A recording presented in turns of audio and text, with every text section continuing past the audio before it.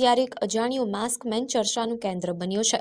Ward number 10 માં ભાજપના ઉમેદવારો ખાસ કરીને નીતિન ડોંગા સામે આ માસ્ક પહેરેલા યુવકે મોરચો માંડ્યો છે।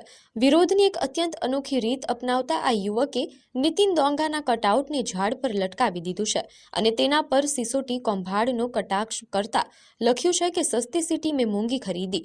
આટલેથી જ ન અટકતા આ માસ્કમેને સોશિયલ મીડિયા પર મામા લો આ સિનેમા જુઓ ના કેપ્શન સાથે એક વિડીયો વાયરલ કર્યો છે, જેમાં તે લાઉડ સ્પીકર લઈને રસ્તાઓ પર નીકળ્યો છે અને લોકોને અપીલ કરી રહ્યો છે કે માત્ર મોદીજીના ચહેરાને જોઈને મતદાન ન કરો, પરંતુ ઉમેદવારની લાયકાત જોઈને મત આપો। તેના મતે આ ચૂંટણી સ્થાનિક પ્રશ્નોની છે, મોદી સાહેબની નહીં। હાઈટેક પ્રચારના જમાનામાં આ યુવકે QR કોડ અને વિરોધ દર્શાવતા પેમ્ફલેટ્સ દ્વારા ભાજપના ઉમેદવારોની પોલ ખોલવાનું અભિયાન છેડ્યું છે। નીતિન ડોંગાના જૂના નિવેદનો અને હિસાબ આપોના નારા સાથેના આ વિરોધે ભાજપના સંગઠનમાં દોડધામ મચાવી દીધી છે।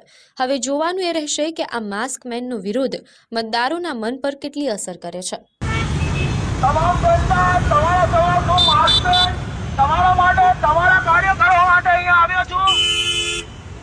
સ્થાનિક સ્વરાજ્યનું ઇલેક્શન આવી રહ્યું છે। 26 તારીખે તમારે મતદાન કરવાનું છે। આ વખતે તમે મોદી સાહેબના નામ પર ખાલી મત ના આપશો। તમને જે સ્થાનિક ઉમેદવાર સારો લાગે એને મત આપો।